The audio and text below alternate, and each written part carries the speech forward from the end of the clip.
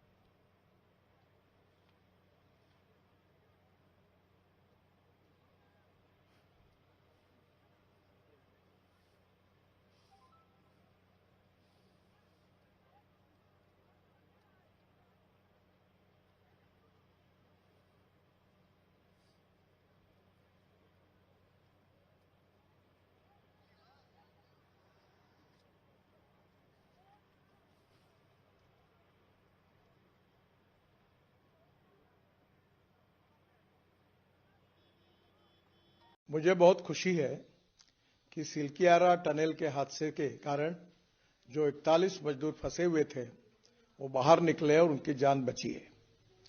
सभी एजेंसियों ने, विशेष रूप से पीएमओ के मार्गदर्शन में, भारत सरकार की सब एजेंसीज, उत्तराखंड सरकार और वहां की स्थानिक जनता और सब लोगों ने रात दिन मेहनत की, परिश्रम किए, अलग अलग पर्यायों पर काम किया और उसके बाद ये सफलता मिली है। ये बहुत गहरा संकट था, पहली बार इस प्रकार का अनुभव आया। इन लोगों की जान बची, उन लोगों को मैं बहुत बहुत शुभकामनाएं, शुभेच्छाएं देता हूं। और इसमें जान बचाने में जिन जिन भारत सरकार की एजेंसियों ने और राज्य सरकार की एजेंसियों ने और सभी हमारे इंजीनियर्स थे, रात दिन अपने जोखिम लेकर जो काम किया है, उन सबको भी बहुत बहुत धन्यवाद देता हूं, उनके आभार व्यक्त करता हूं। ये घटना ने भी हमको सीखने के लिए बहुत कुछ मिला है। अब हम लोग इसके बारे में टनल का सेफ्टी ऑडिट भी करने वाले हैं और टेक्नोलॉजी के साथ कैसे हम लोग ज्यादा से अच्छी टेक्नोलॉजी का उपयोग कर सके, ये भी कोशिश करेंगे। हिमालय का स्टार्टा बहुत ही फ्राजिल है और इसीलिए स्वाभाविक रूप से वहां काम करना भी बहुत कठिन है, पर इसके ऊपर हमको उपाय ढूंढना होगा। हम निश्चित रूप से उपाय ढूंढेंगे। इसी विश्वास के साथ फिर से एक बार जिन जिन लोगों ने सहयोग किया उनको बहुत बहुत धन्यवाद और विशेष रूप से जो मजदूर है उनके परिवारों को भी मेरी बहुत बहुत शुभकामनाएं, क्योंकि वो बेचारे वापस आए हैं। हमारे लिए, सबके लिए बहुत खुशी की बात है। उनके उज्जवल भविष्य की कामना। बहुत बहुत धन्यवाद। नमस्कार।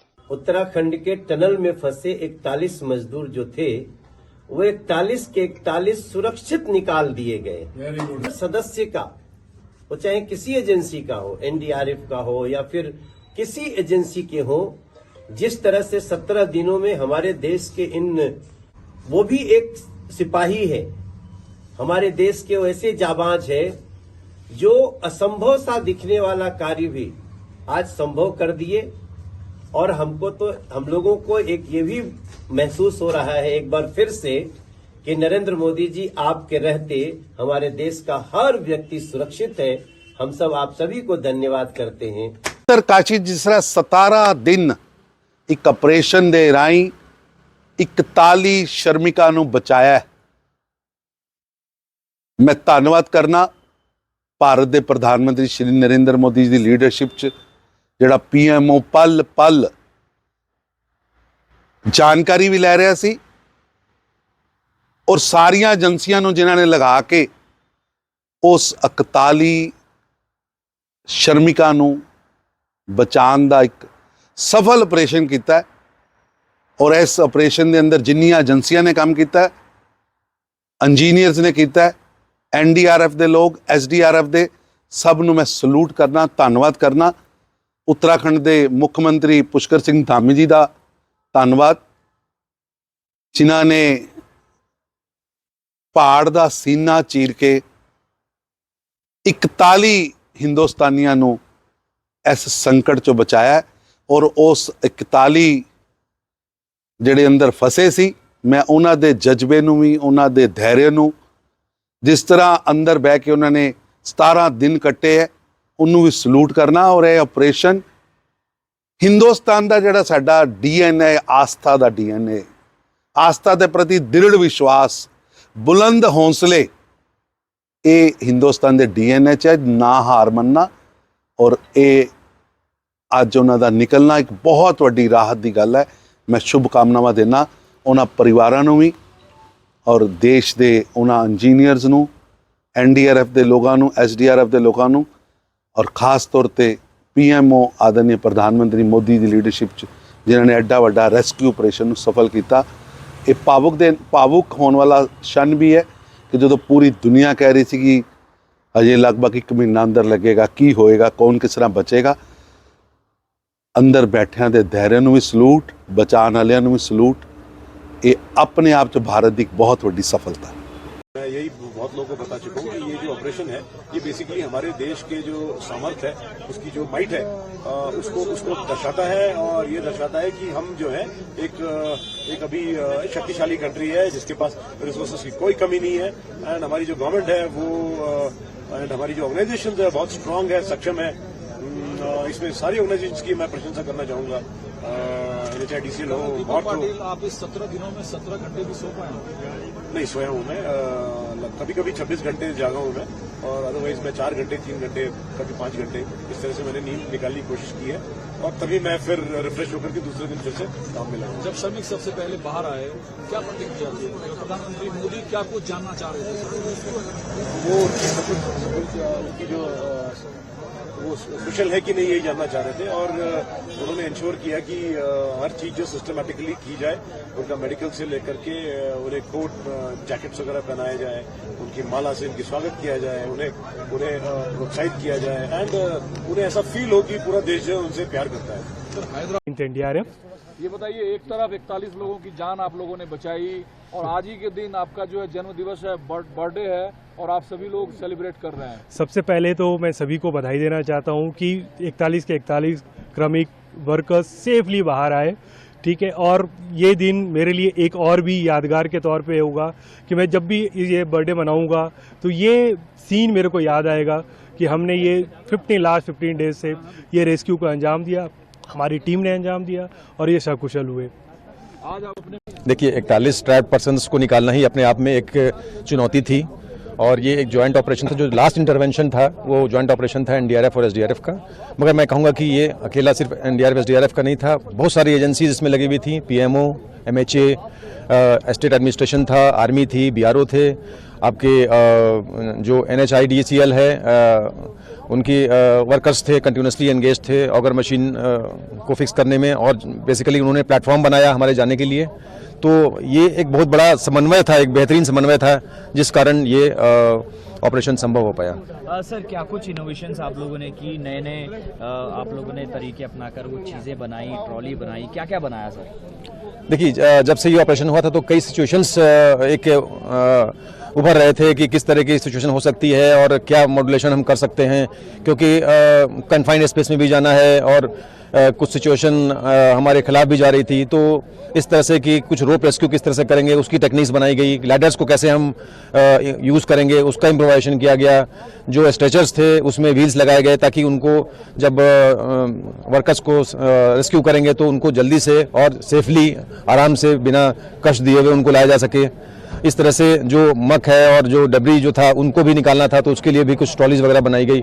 तो इस तरह से कई तरह के इनोवेशंस किए गए जो कामयाब हुए, सभी कामयाब हुए। क्या महसूस किया और मजदूरों की क्या प्रतिक्रिया थी? जैसे मैं वहाँ गया सर, तो मैं एक अपनी भावना से, मेरे अंदर इतनी जज्बा था, इतनी खुशी थी मेरे अंदर कि मैं अंदर जा रहा हूँ। 41 लोगों को सुरक्षित बाहर निकालने की पूरी अभ्यास के साथ, पूरा जोश के साथ गया था। जैसे मैं टनल में पहुंचा, वैसे जो वहाँ के लोग खड़े थे, जो 41 लोग जो खड़े थे, उन लोगों की एक ही पुकार थी कि NDRF की जय हो। और इतनी खुशी थी कि वो सोच रहे थे कि हमारे पास बंदा पहुंच चुका है हमारी सहायता के लिए। जिस पाइपलाइन को डालने में 17 दिन लगे, उस पाइपलाइन के जरिए आपके कंधे पर सारी जिम्मेदारी देकर प्रशासन ने आपको अंदर भेजा था। सर कितना दबाव था आपके ऊपर या बिल्कुल नहीं था?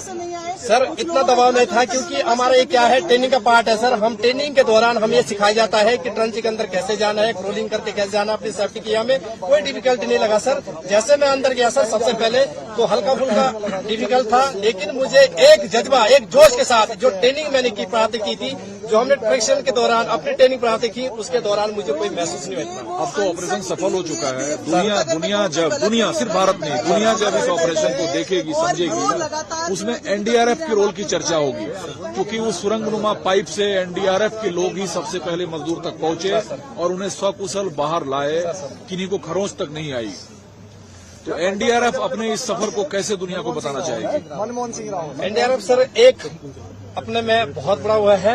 हमें ट्रेनिंग सिखाई जाती है सर, आपदा के दौरान कैसे कैसे एक्टिविटी करना है, रेस्क्यू के दौरान, ये हमें ट्रेनिंग के दौरान। कितने लोग आप लोग एक साथ गए थे अंदर? हम सर एक साथ में 3 लोग गए थे। कौन कौन? मैं गया था, सचिन गया था जो मेरा सहायक है, सचिन, और विनोद और प्रदीप। हाँ, विनोद जी से मैंने बात की। तो आप 3 लोग एक साथ पहले गए? जी सर। उसके बाद फिर और लोग गए? उसके बाद सर हमारे साथ बीच बीच में हमारे साथ एसडीआरएफ के रेस्क्यूअर भी थे सर। तो सबसे पहले किन मजदूर भाई को आपने रेस्क्यू किया, उठाया? सबसे पहले सर जो वहाँ ज्यादा जो एज के थे, उनको सबसे पहले हमने रेस्क्यू किया सर। अच्छा, क्या तरीका था रेस्क्यू करने का? रेस्क्यू करने का तरीका था सर, वहाँ सबसे पहले हमने रॉप एक थ्रो किया, जिसमें नॉटेड रॉप बनाई, नॉटेड रॉप के क्लाइम किया। क्लाइम करने के बाद जैसे हमारे पास पहुंचे, और पूरी सेफ्टी के साथ है, elbow, knee pad, helmet, headlight, पूरी सेफ्टी के साथ पहनाया गया था सर। जैसे ऊपर आए वैसे हमने उनको स्ट्रेचर पे लेटाया, और दोनों साइड से हमें उसे बिले जो हमें सिखाया जाता है, दोनों साइड से हमने रॉप बांधी थी, और जो बाहर हमारे जो रेस्क्यूअर थे उन्होंने अपने तरफ पीठ के बल या पेट के बल? नहीं सर, पीठ के बल सर। सबको एक सर। कितना वक्त लग गया मोटा मोटी सबको लाने में? सर 1.5 घंटा सर। 1.5 घंटा। पोस्ट इवैक्यूएशन जो है, जब सब के सब निकल गए हैं बाहर, तो मैं ये भी बता दूं आपको कि अभी भी वहां पर चिनूक हेलीकॉप्टर, बड़ा वाला डबल रोटर का हेलीकॉप्टर, वो चिन्यालिसौर जो एयरफील्ड है 30 किलोमीटर दूर, वहां पर हेलीपैड भी है, बिल्कुल साथ में हेलीपैड भी है, वहां खड़ा हुआ है। उसका लास्ट टाइम है 4:30 बजे। उसके बाद वो जो है रात के वक्त नहीं फ्लाई करेंगे उसको। 4:30 बजे के बाद अगर ये डिले हो गया, डिले हो रहा है इस वक्त, तो अगले दिन सुबह उनको लाया जाएगा। वहां पर होल्डिंग फैसिलिटी है, 30 बेड की फैसिलिटी है वहां पर अस्पताल में, डिस्ट्रिक्ट हॉस्पिटल में, जो बिल्कुल तैयार है इस वक्त। और 10 बेड की फैसिलिटी वहां पर साइट पर है, जो अभी तैयार है।